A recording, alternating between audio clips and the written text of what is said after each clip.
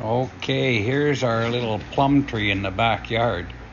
The odd thing is, it dropped over 100 plums onto the ground that shriveled up and dropped off, but apparently that's normal. And now all these ones that are getting plumped, they starting to taste pretty good. There sure is a lot of them. Holy moly, for a little tree, you wouldn't think it had that many plums, but it does. And you can just start tasting how sweet they are. Wow. They're a little bit tangy yet, but they're good. I was going to buck this branch off that leans over the shed. Well, I better pick one.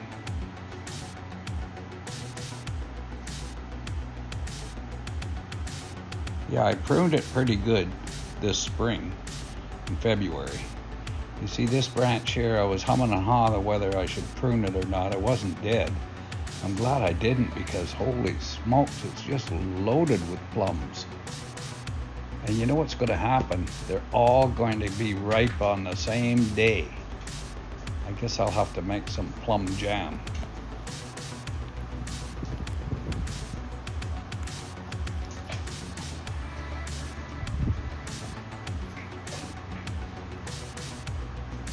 That ever good.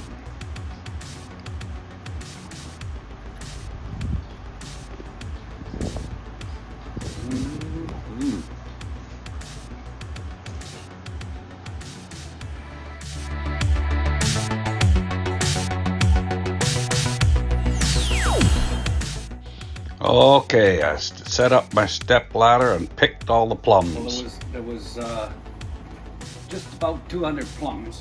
There's 95 in this batch and 95 in that batch. And these plums, I think they're the prune plums. I don't know.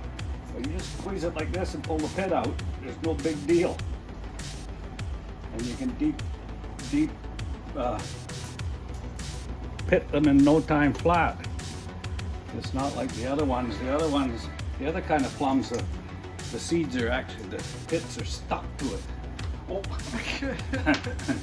throw it in the bucket. Oh, I did. I threw the seeds in it. I get carried away. So.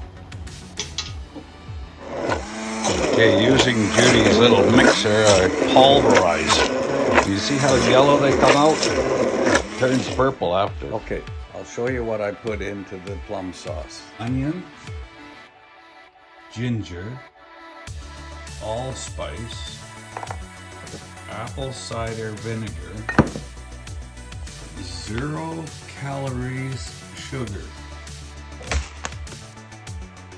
a little bit of salt. You're supposed to use mustard seed, but I put Dijon mustard in it. A bit of that, and a little tad of soy sauce in there. Boil that all up and mix it in with the plums, and ta-da. Yeah, put a little bit of water and put all those spices and things in here and boil the hell out of it there to get the flavor out before mixing it in with the plums here. But I gotta pulverize it right down to nothing. And you leave the peels on because the peels got all kinds of minerals and vitamins and things in it.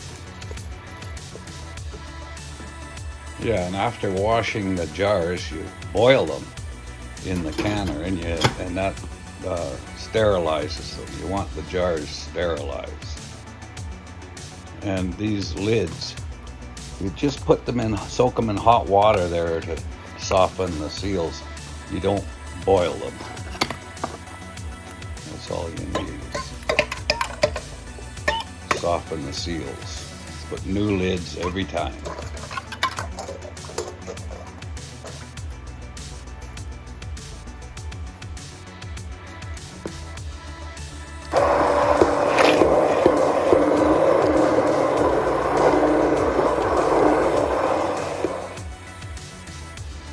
Spices all mixed in, you cook it a little bit longer. You see how purple it turned now? Oh, it looks so good. At this stage, you taste it to see if it needs more or something. At sea level, you just boil it for 10 minutes, but 1,000 feet above sea level, you boil it for 15 minutes. We ended up getting 13 jars of plum sauce.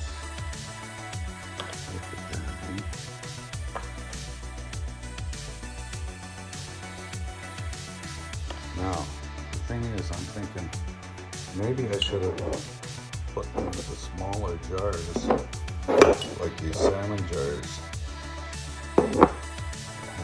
Because now once you open them and you dip a few chicken strips for supper, then you gotta keep the jar in the fridge. But if it was salmon jars, you could maybe use them up in one dinner.